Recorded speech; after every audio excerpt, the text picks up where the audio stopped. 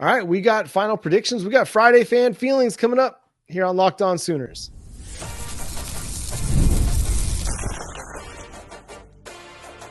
You are Locked On Sooners, your daily podcast on the Oklahoma Sooners. Part of the Locked On Podcast Network, your team every day.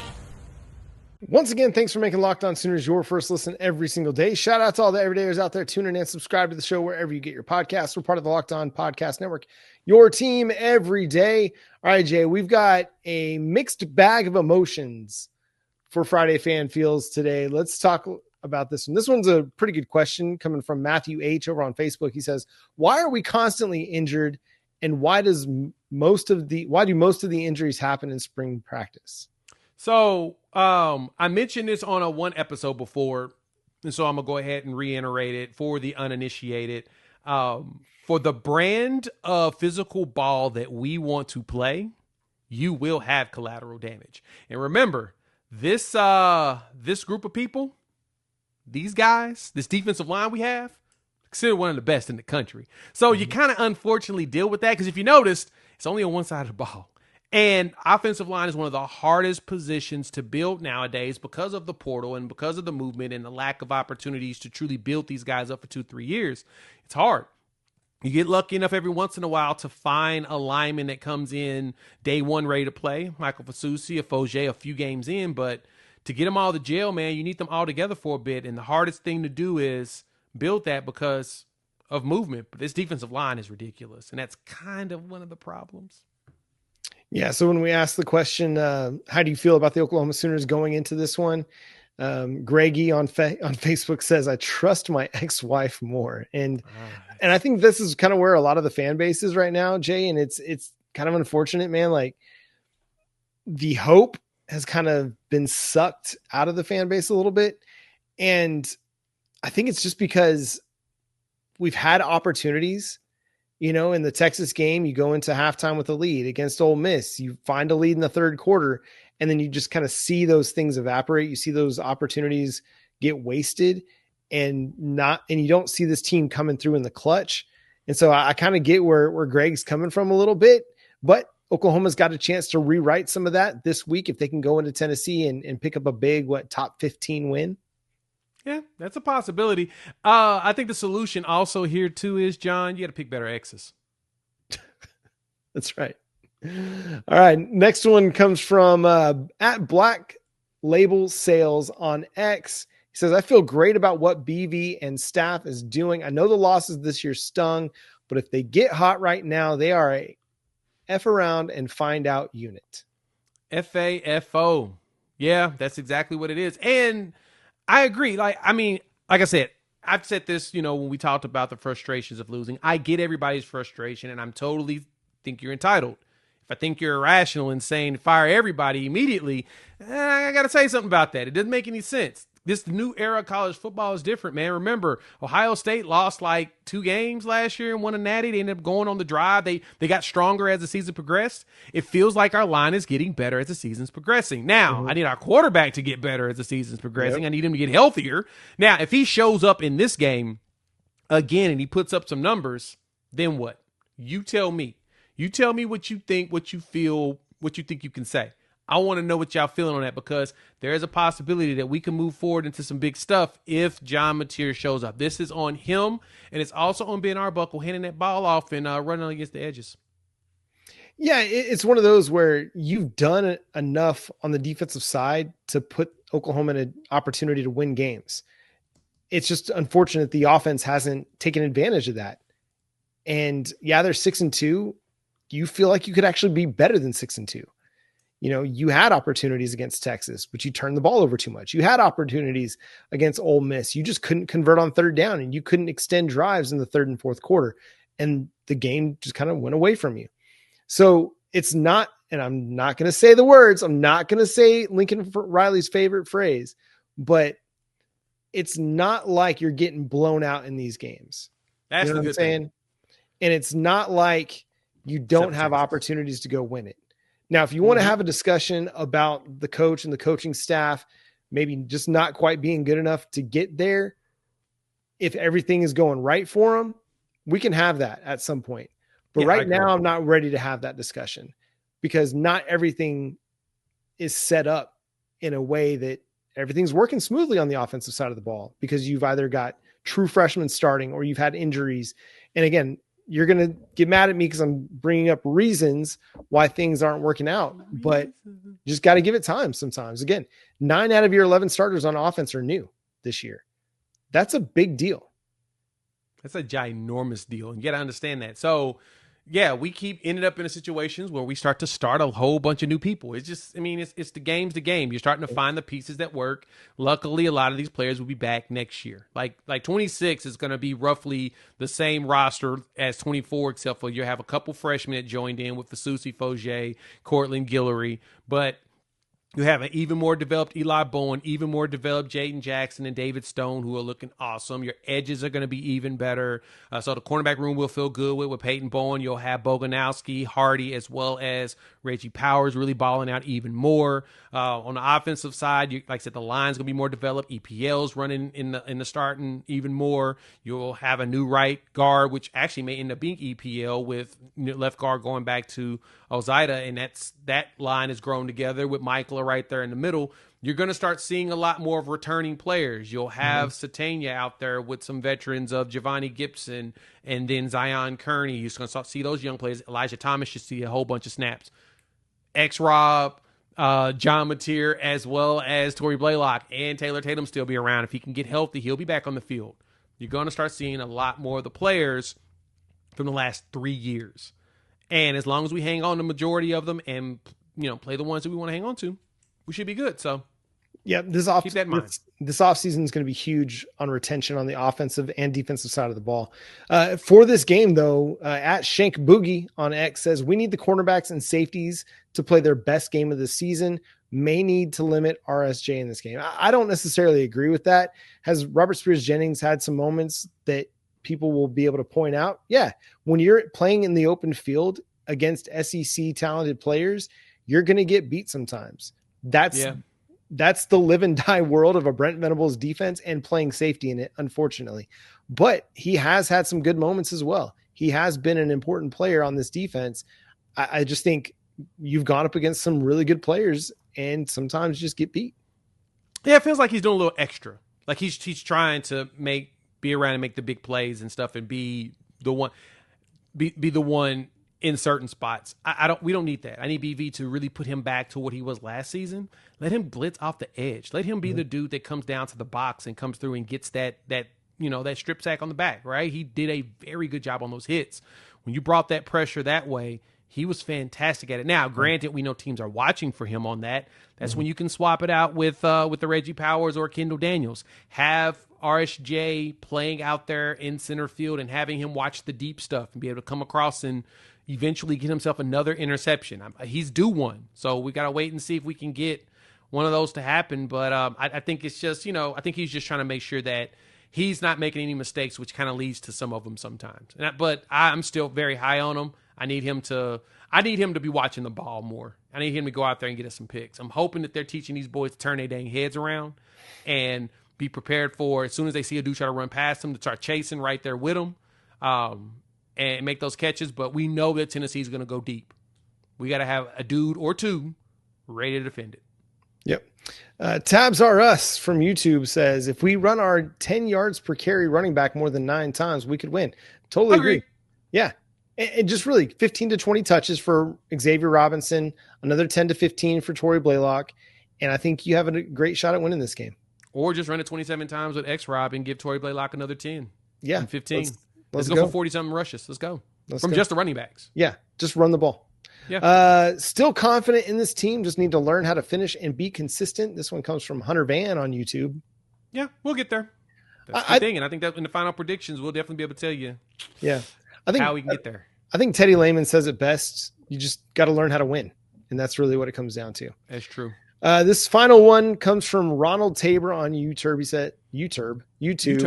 He says, not to be a stick in the mud, but my warm fuzzy meter is stuck on 0. The hopium has worn off. A loss Saturday will likely cascade into a doom spiral. I mean, I'm on social media, so I think among the fan base, it absolutely would. A loss, but would you be more concerned about this team if they lost in Knoxville to Tennessee? Because I think going into the season, a lot of people pegged that one as a loss. Yeah. The win that we should have got, to me, the 2 losses I pegged, the 2 to 3 losses I pegged, if I said we had them, was probably Texas. I was thinking it was going to be possibly LSU. I don't feel like that's there anymore. And I had it between Tennessee and Alabama. I thought we would split that. Going to Neyland, getting a bye week, and then playing Bama is a big deal. Now, granted, Bama the week before us, they play against LSU, and that's not, even though there's a little bit of angst there, I don't think it's going to be that big of a deal for Bama in that game. They may actually go in there and just destroy them with ease, make it like a bye week for them, workout. So I'm hoping LSU puts up the fight, but they have a new coach. So they may, they love Frank, so they may actually show up differently in that game and cause problems. We'll see, but I had this game as one of these two. We were gonna have to split it. We were gonna either try to figure out the win in Tennessee, in Knoxville, or win in Tuscaloosa. And I'm hoping that we just go ahead and just win in Knoxville and in Tuscaloosa just to take the pressure off my back. For sure. Yeah, this is one of those, I think, I can't remember if I pegged this one as a win or a loss, but probably I had it as a win before the season because we didn't know exactly what Joey Aguilar was going to look like in this offense because you did. You thought it was going to be great. I was not so sure, but it's turned out to be great.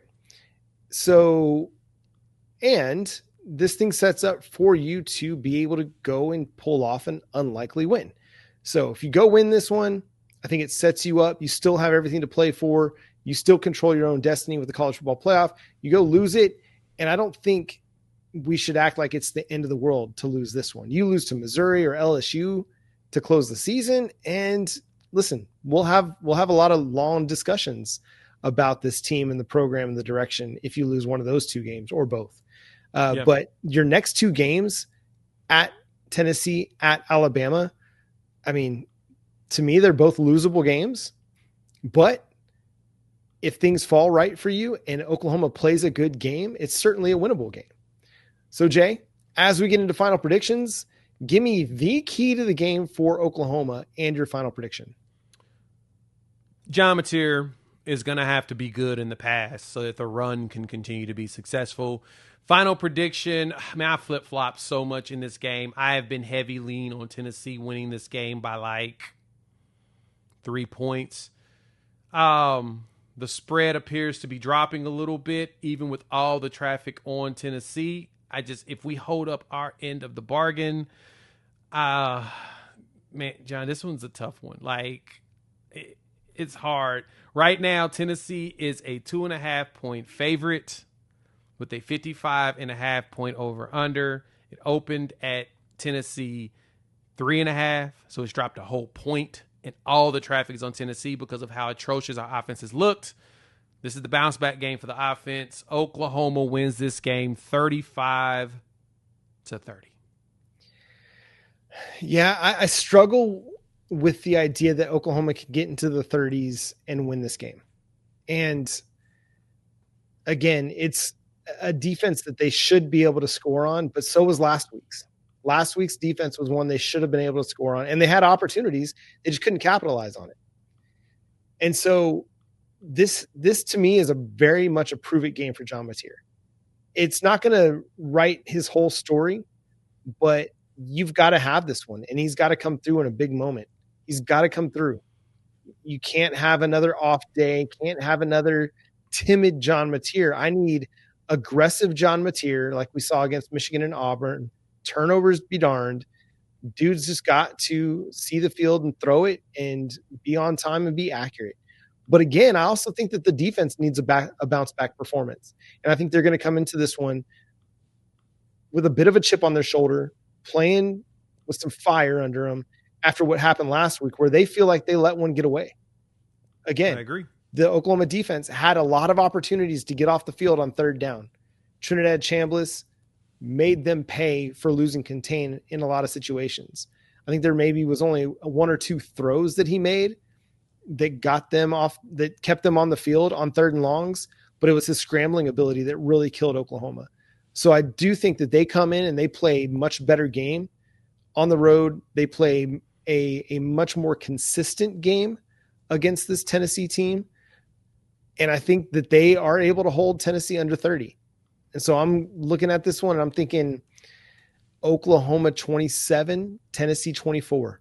And I know that may sound like both teams under 30, huh? Yeah. I don't know why. It's just the SEC just has this variability aspect to it where you don't know what's going to happen. And like the Vanderbilt Texas game, or not the Vandy Missouri game. I think a lot of people were kind of surprised at the way that one went down. I think we could be surprised at the end of this one with the way it goes down. But to me, it's the defense has to step up and they have to hold Tennessee under 30 in order for Oklahoma to win. Yeah. All right. I can totally see it. All right. And that's going to do it for this episode of Locked On Sooners. Thanks so much for tuning in and being a part of the show. Subscribe to the show wherever you get your podcasts. We're free and available on all podcast platforms and on YouTube. So hit that subscribe button, hit that notification bell to let you know when new episodes drop. Follow Jay at Unfair Sports. Go check out his channel, Unfair Sports, over on YouTube, and follow me at John9Williams and read my work covering the Sooners over at SoonersWire.com. The show is at Locked On Sooners on all of your favorite social media platforms. And hey, Jay, what's your favorite Halloween candy? Candy corn. What? Are you kidding? Because it's delicious. It's amazing. Oh my, listen, I'm not a candy corn hater, but of all the options that are out there, candy corn? Candy corn is not my favorite, but I love candy corn. I just want to say that because I knew that you were going to freak out. Okay. I'm a big nerds guy. Let's get it. I liked your candy corn answer better. Really? Okay. All right. So make sure you can have all my nerds, dude. Don't worry. Yes. They're safe. Nerds to me are like just a smaller version of like a Smartie, and it's pointless candy. It's the throw-in candy in the big candy bag. I don't need it. Peeps are? Nerds. No. Smarties. No. Smarties are even better. Dude. Tart. Oh my God. This is so disappointing.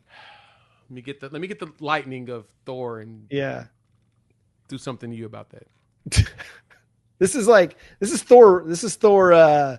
Love and Thunder Thor. He's out of his mind right now. No, he's in his mind. He's in his bag. So for you all listening, Jay is dressed up as Thor with the wig. He's got the blonde wig. He's got the full. Who said this is a wig? This is my hair. I am Thor of Asgard. What are we doing here? My apologies. Yes. The hammer has given him this luscious blonde hair. Exactly. All the locks. I'm donning Bearhead from Danny Go. All the dads of toddlers will know who Danny Go is, or grandparents of toddlers will know who Danny Go is. But Bearhead's a character. Anyway, for me, dude, it's the classic. It's Reese's Peanut Butter Cups. That's my go-to every time. Or a Mr. Good Bar, or a fun size Snickers. Don't give me no miniatures. I don't want miniatures. Keep your miniatures. It's fun size or better. That's how we roll in my house. We don't do the miniatures because it's not the same candy. Also, keep your white chocolate peanut butter cups. I'll take all the white chocolate peanut butter cups that exist. I'll take them. Okay, so we just got to go trick or treating together because we would balance each other out perfectly. 100%, guaranteed. Jeez.